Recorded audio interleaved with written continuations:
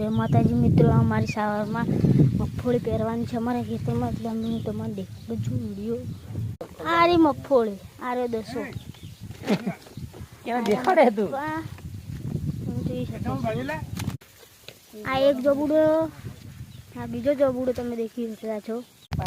આ દખો ખાતર નાસી રહ્યો છે, તમે દેખી રહ્યા છો.